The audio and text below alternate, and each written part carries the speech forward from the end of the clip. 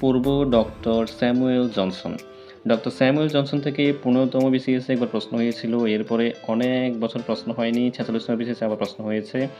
তিনি ছিলেন মূলত father of English dictionary, first lexicographer in English. Lexicographer হচ্ছে who writes a dictionary in English. যিনি ডিকশনারি রচনা করেন তিনি হচ্ছে লেক্সিকোগ্রাফার, অর্থাৎ ইংরেজিতে প্রথম ডিকশনারি রচনা করেন ডক্টর স্যামুয়েল জনসন। আর এটি ১৫তম বিসিএস এবং ৪৬তম বিসিএসে এসেছিল।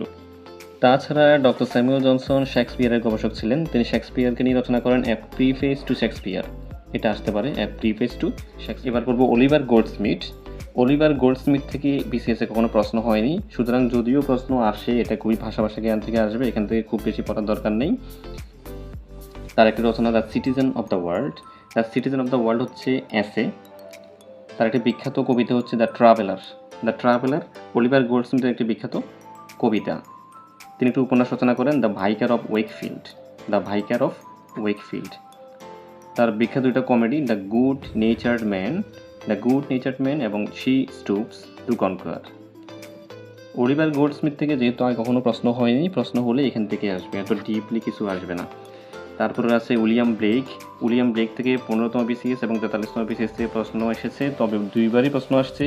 তিনি একাধারে একজন কবি ছিলেন, এক পেইন্টার ছিলেন। Who was both a poet and a painter? William Blake একাধারে একজন কবি, একজন পেইন্টার ছিলেন। এই কথাটাই ১৫তম বিসিএস এবং ৪৩তম বিসিএস থেকে আসছে। ৪৭তম বিসিএস থেকে এখান থেকে প্রশ্ন আসার সম্ভাবনা খুবই কম।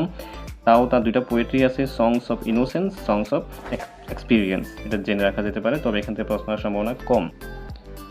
আজ এই পর্যন্ত, দেখা হবে পরবর্তী কোনো ভিডিওতে। আসসালামু আলাইকুম।